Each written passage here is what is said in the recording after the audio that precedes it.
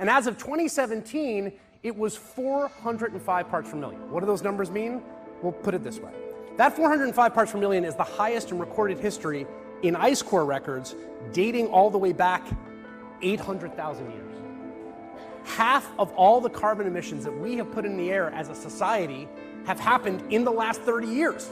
In 2018, the UN scientists issued a report, and they basically said, we have to get on this problem. If we'd gotten on it earlier, it would have been easy. If we started in 1979, we could have cut a little bit every year, or if we started in 1989 or 1999, but we didn't, and now we're here. That's the project we've been tasked with by the Earth that we inhabit.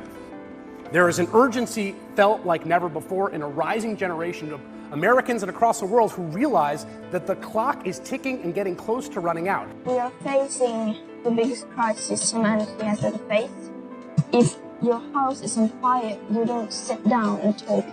I want people to panic. You say you love your children above all else, and yet you're stealing their future in front of their very eyes. People are suffering. People are dying.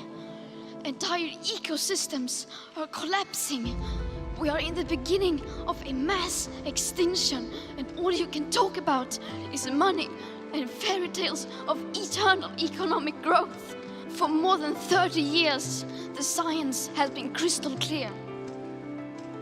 How dare you continue to look away and come here saying that you're doing enough when the politics and solutions needed are still nowhere in sight? You pretend that this can be solved with just business as usual and some technical solutions.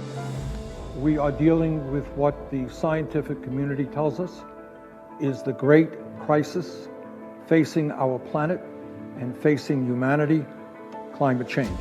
It is absolutely imperative that we get our act together on this issue and that countries throughout the world stand up and take on the fossil fuel industry and transform our energy system away from fossil fuel.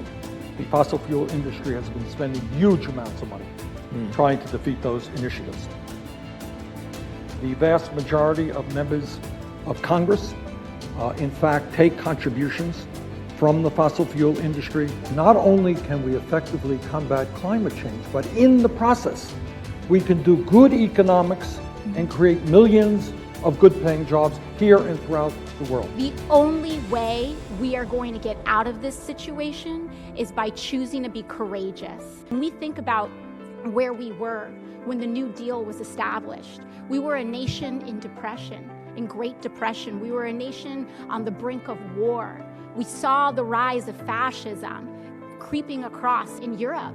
And no one would thought that a nation so poor, so scarce, and so in such dire straits as we were in that time could pursue such a bold economic agenda.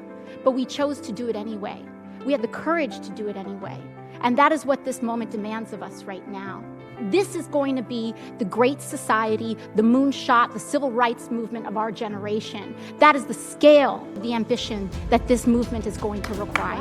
If another country came in and bombed our mountains and poisoned our water, we would go to war. And we cannot allow that level of disrespect of our people and of our land to continue.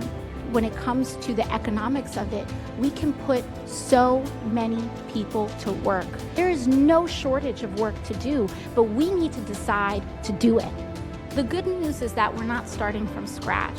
There's a lot of work that has already been done, but it needs to be consolidated and brought under the tent of a Green New Deal.